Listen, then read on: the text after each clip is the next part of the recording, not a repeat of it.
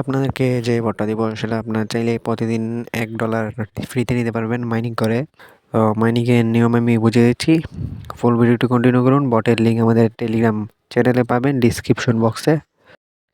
এখানে coin mining হচ্ছে।